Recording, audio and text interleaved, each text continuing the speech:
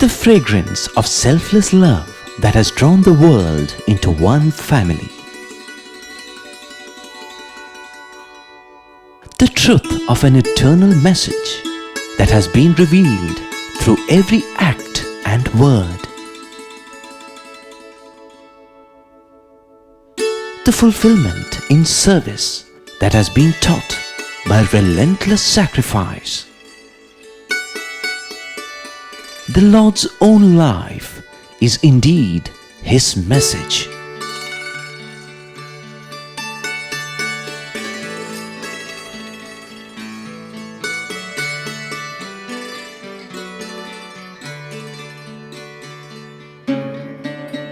Sai Ram. Greetings and welcome to the 13th episode of our month-long serial entitled The Message of the Lord, which is bringing you the essence of the teachings of Bhagwan Shri Sátυα Σάι Baba.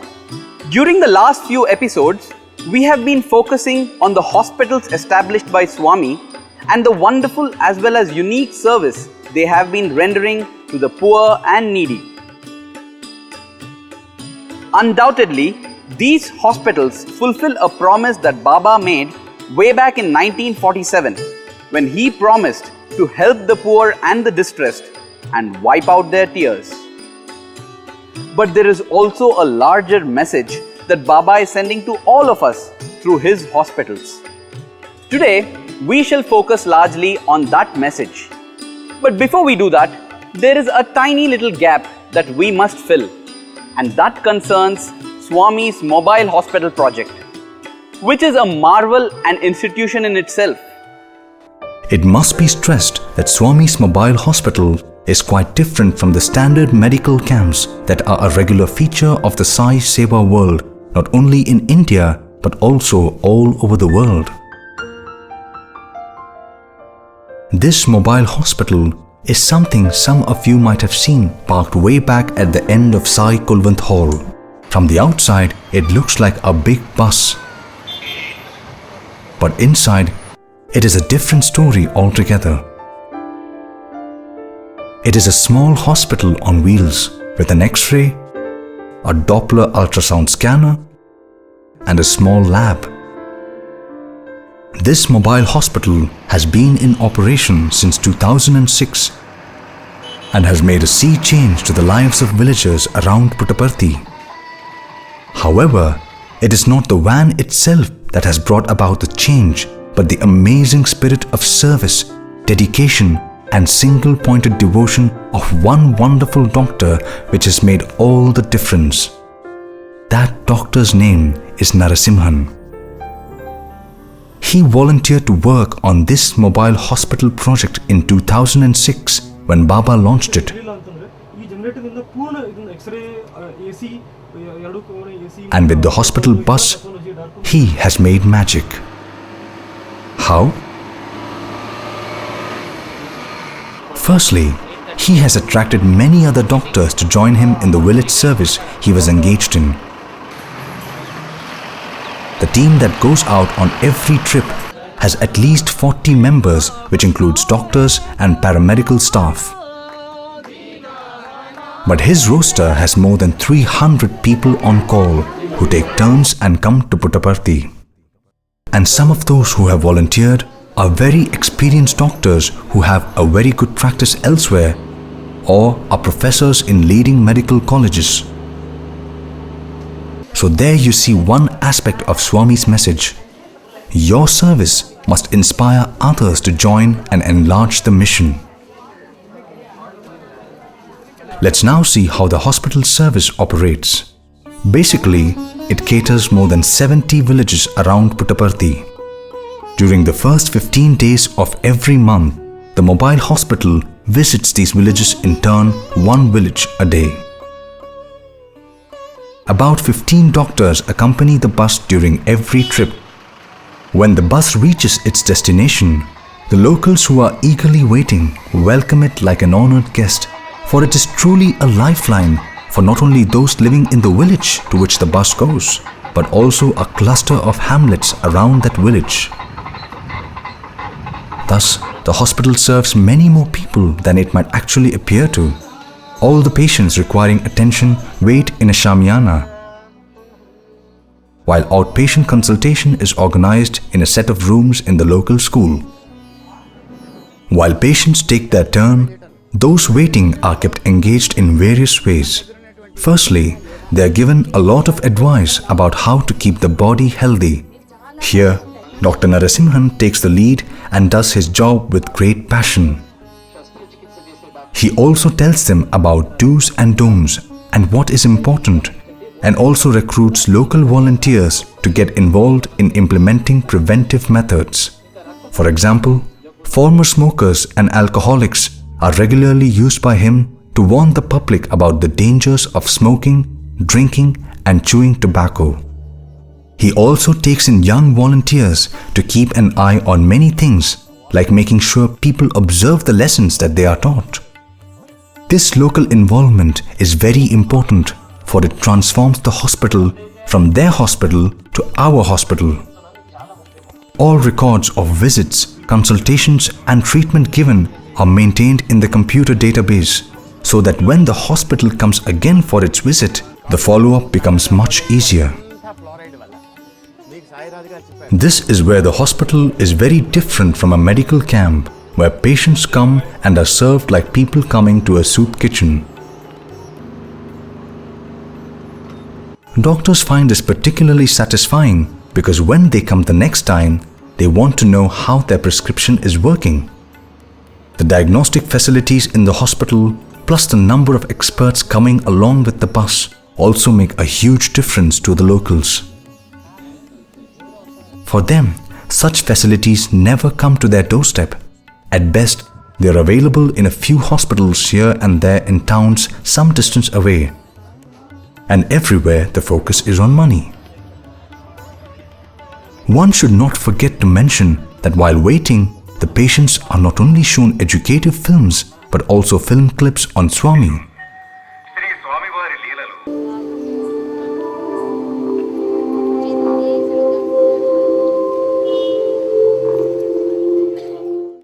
They also participate in bhajan singing. That, plus the atmosphere of love and service that is a central feature of the entire program, makes all the difference to the success of the mission.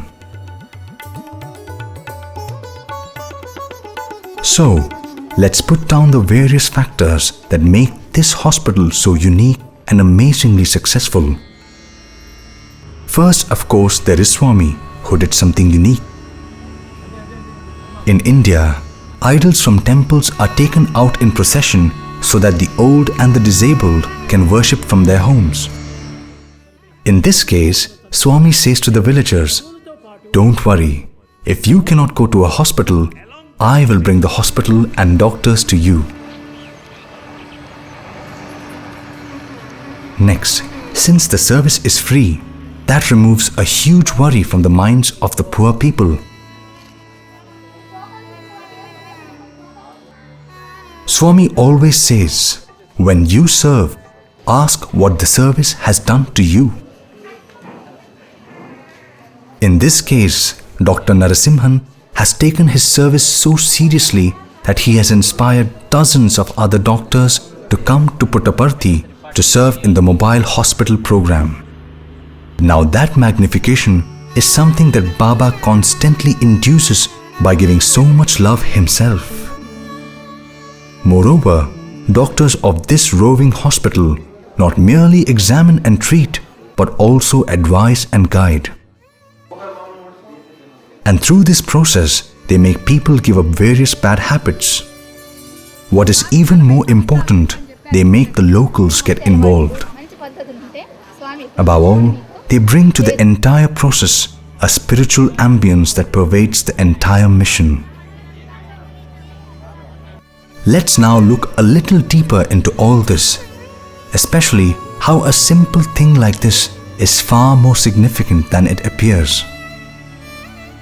On the fact of it, the mobile hospital program is an extension of the main hospital program, bringing the hospital to their doorstep rather than they having to go to the hospital. However, there is a bigger and a stronger message behind all this. Swami is basically asking each and every one of us, are you moved at all by the suffering of those who have no help other than God? Where is this God? In heaven? Is not God within you? Why is that God not able to come out and help? Does He not do it in some cases? Do you know why? Because such people have allowed their heart to rule their lives rather than their minds. History tells us that it is because the heart of Florence Nightingale overflowed with compassion that the entire profession of nursing came into existence. Similarly, there are instances of doctors who have actually infected themselves in order to find cures for diseases that until then were terrible curses. Keeping the above points in view, if we look at the world as a whole, we would find that often poor health and poverty go together. That is not to say that the rich do not become sick. Of course they do. On the other hand, poverty has inbuilt factors that make ill health almost unavoidable. Let us spend a minute trying to understand how these factors influence the health of poor people, each in its own way, starting with food. When money is scarce, it inevitably leads to malnutrition, which is a condition that is produced when the body does not receive its due quota of nutrients. A baby born in a poor family has a handicap almost from day one, since its mother is hardly able to feed milk to the child. Nutrition deficiency in infants straightaway reduces their body immunity, affects their brain growth, and in general stunts body growth as well. On top of it, poor children are made to work from an early age when, due to lack of food, they have poor stamina. So, it is not difficult to see that poverty brings ill health in a tow, literally from birth. Add to this the additional problems created by dirty water, lack of sanitation, and polluted air due to garbage everywhere. Is it any wonder that over 1 billion people have huge health problems simply because they are born poor? For many in the comfort zone, all this reduces to just statistics or small news items in morning newspapers. But for people whose entire life is a struggle just to keep alive, it is a different story. Planners talk of increasing productivity, making the country competitive in science and engineering, etc. But do they appreciate that all these plans are invariably going to leave out millions who are poor and can therefore hardly even get on to the ladder of growth? Okay then, fine. Yeah, sure. Speak to you later. Bye. Most people would shake their heads and say, Listen, you're talking about huge societal problems. It is meaningless to speak about it to people like me. I'm after all an individual, and there is only so much that I can do. Well, problems always exist, and we just have to live with them. Maybe helping out a bit here and bit there. This is invariably how people in the comfort zone would speak. Even the very rich do so. They are too busy and simply do not have enough time to manage their own affairs. But just look back at what Baba has done. He was poor and yet he did monumental things. How? Not by looking at his purse. In fact, he never had one. Rather, what he always invested was unlimited compassion, abundant pure love, deep dedication, and continuous involvement.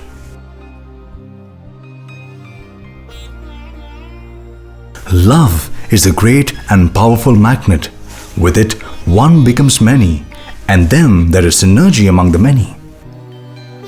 It is that multiplier effect that has enabled Baba to achieve so many amazing results, even though he started with practically no cash. Throughout the world, people are crying out for help all the time. But barring a few, a good many of those who have wealth and can help have neither the inclination nor the time. Indeed, not even the idea of occasional help. Consider, for example, the state of Orissa in India. God has endowed it with a lot of natural resources like water, forests, minerals, etc. Yet, even today in the age of super planes, most people in Orissa are miserably poor. Huge corporations engage in steel making and mining. But they have very little money to provide schools, dispensaries, water taps, and even elementary sanitary facilities. Here we must recall Baba's visit to the metropolitan city of Mumbai in 1999, at which time it was called Bombay.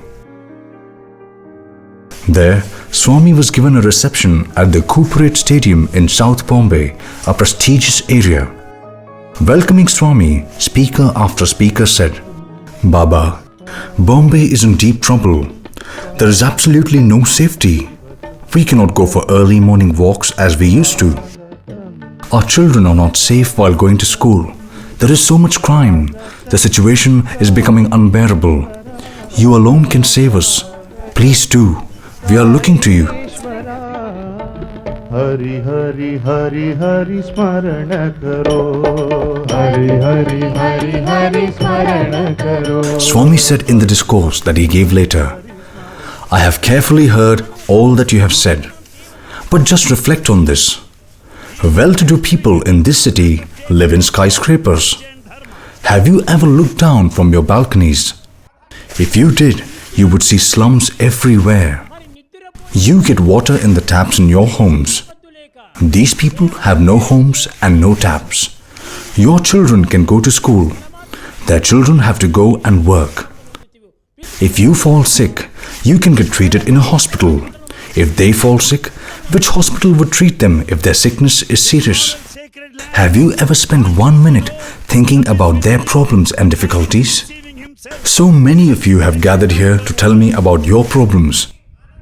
But how many times have you ever gathered to even think about solving the problems of the poor of your own city?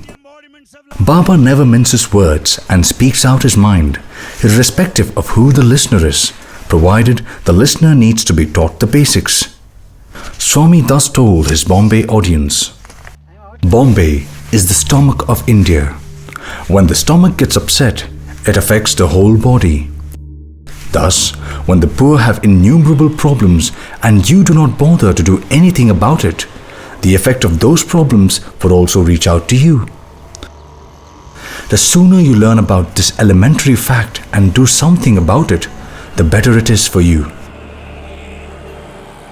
So you see, if we look a bit behind the hospital, we can see not only how Baba got them going, but also how he has sustained them and even arranged for them to improve and grow. One more point, and an important one too. There is a fundamental difference in the way the East has approached the problems of the body than done by the West. In the West, if a person has an ailment, say connected with the stomach, liver or whatever, treatment is focused on that organ alone. In a manner of speaking, this makes sense. After all, this is what one does in the case of, say, a car. When one takes a car having some trouble to a garage for repair, one gets that part which is giving trouble fixed. It may be the engine, the starter motor, the brakes, or anything for that matter. The same approach was adopted in the case of the human body and seemed perfectly logical until recently, that is. Increasingly, it is being recognized that the human body is not like a mechanical system. That is because humans have a mind which everyone is now quite sure influences the body in more ways than one had imagined earlier. Thus, increasingly, even doctors in the West are beginning to realize that patients must be treated as one whole rather than as a system in which one organ was not functioning properly.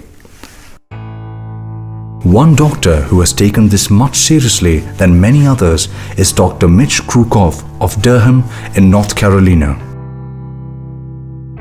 Dr. Krukov has done pioneering work in establishing that praying for patients in a systematic manner actually sends good vibrations to the minds of the patient. In turn, that stimulates the body, encouraging it to do its best to help the healing process administered externally by the doctor.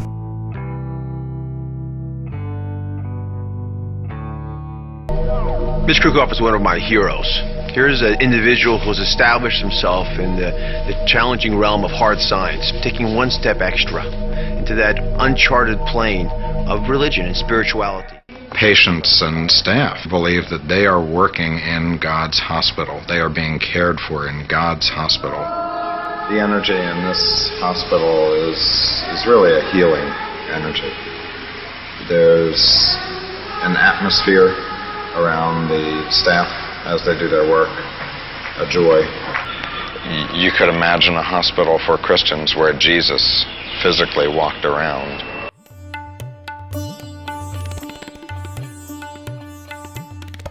So there it is. This issue of body-mind interaction is a big topic in itself, and we cannot go into there due to lack of time. But this much is for sure. The aura of love in Swami's hospitals do help in the speedy recovery of patients. This is what Dr. Michael Nobel of Switzerland had to say on this. To find free hospitals, but combinations of the two, of a super specialty, highly advanced, state-of-the-art hospital which is free to the poor is a unique, completely a unique concept. And if we add the idea of the Sai Baba's presence, the spirituality which his presence in form of photos or his actual presence lends to the hospital, it becomes a very unique creation. I know hospitals very well, but I've never seen anything like this. Changing the subject, let us now see what Swami has got to say on keeping the body-mind complex healthy. Now this is an important point because staying healthy does not mean only taking care of the body, but also taking care of the mind and the senses. First, let us see what Swami has got to say in general about this subject. Just have a look at this clip. ఈ దేహములు అనేటువంటిదంతా కూడాను ఒక పెద్ద magnet car. ఈ కన్నులు అనేటువంటిది ఈ యొక్క కారుకు లైట్లు, ఈ యొక్క నోరు దీనికి హార్న్, ఈ యొక్క దీని లోపల మైండ్ స్టీరింగ్, ధర్మార్థ కామ మోక్షములు ఈ నాలుగు కూడాను ఈ కారుకు టైర్స్. టైర్స్ లోపల ఫెయిత్ అనేటువంటి గాలి ఉండాలి. ఇది కూడాను ఫ్రంట్ టైర్స్ కు వేరే ఉండాలి, బ్యాక్ టైర్స్ కు వేరే ఉండాలి. ఏ టైర్ లో గాలి ఎక్కువగా ఉంటుందో దాన్ని తీసేసేస్తారు, ఏ టైర్ లో గాలి తక్కువగా ఉంటుందో దాన్ని పంపు కొడతారు. మన యొక్క స్టాక్ ఈ కారుకు పెట్రోల్ బంక్ కనుక ఈ కారు యందు సర్వత్రము ఉంటుండాలి. As expected, Swami spoke in Telugu. Let us now summarize what Swami said. Basically, Swami compared the human body to the car, and in the process he made the following observations. ఈ దేహములు అనేటువంటిదంతా కూడాను ఒక పెద్ద magnet car. So body is like a car which is magnetic. The eyes of a human are like the lights of a car. They help you to see where you're going. ఈ యొక్క నోరు దీనికి horn. The mouth is like the horn of a car. ఈ యొక్క దీని లోపల mind. The mind is like a steering wheel and determines the direction your life would take. That, by the way, is an important analogy. The stomach is like the petrol tank. And finally, Baba compares the tires to the fourfold conduct of life observed in ancient India. This point is a bit difficult to understand for people who are not familiar with Indian scriptures, and so maybe a few words of explanation would suffice. You know, the scriptures of India do not demand people to live like monks. They accept that ordinary people would like to have money and possessions. They would also have desires of various kinds, especially to get married and raise a family. So, a fourfold code of conduct called Purushartha was laid, according to which dharma had to be the basis of everything one did in life, including the acquisition of money and having desires. A strong moral foundation for everything that one did was thus considered a must. Next, it was stipulated that as one grows older, one gave up wants and desires slowly but steadily. Thus, by making dharma the basis and slowly sublimating one's desires, one could, so declared the scriptures, eventually attain moksha or liberation. Baba compares the 4 tires of a car to the Purushartha and adds that just as the air pressure in the 4 tires must be suitably adjusted so that the car does not lose balance while moving, so also in life, wealth acquisition and desires must be strictly regulated. You might ask, but what have the Purushartha got to do with health and healthcare? Everything. Because a person who leads a well-regulated life and controls his or her desires and wants would have mental peace. Remember the old saying, a healthy body requires a healthy mind? Well, if you have a healthy mind, your doctor bills would automatically come down. And you know that would be good for you and the society too. Just think for a minute, how many health problems people get into thanks to desires. How much money is wasted and squandered because people want to become rich quickly. So you see, although healthcare might be a subject in itself as far as organization, planning, projects, etc. are concerned, at the end of the day, it all boils down to what we do with our lives. Baba's constant advice is that if we take to the path of spirituality, not only can we be healthy and enjoy mental peace all the time, but through service can help others to enjoy that same benefit. And when large number of people feel good and happy, it is good for society, is it not?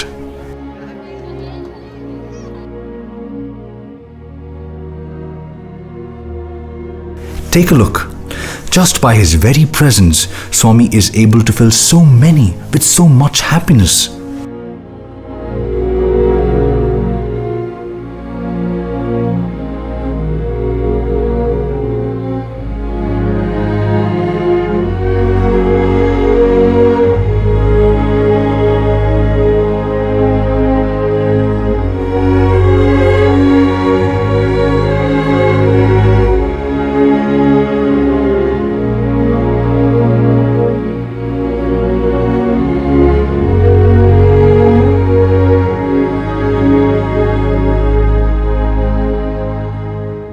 Do you know how many we can make happy if we just follow Baba's teachings and put them into practice? Do think about it. That's all we have for this episode. It has been quite a long one, but the subject was also equally important and we had to dilate on it. Do join us tomorrow for our next episode, and we have something that is equally inspiring and new. Thank you. Jai Sai Ram.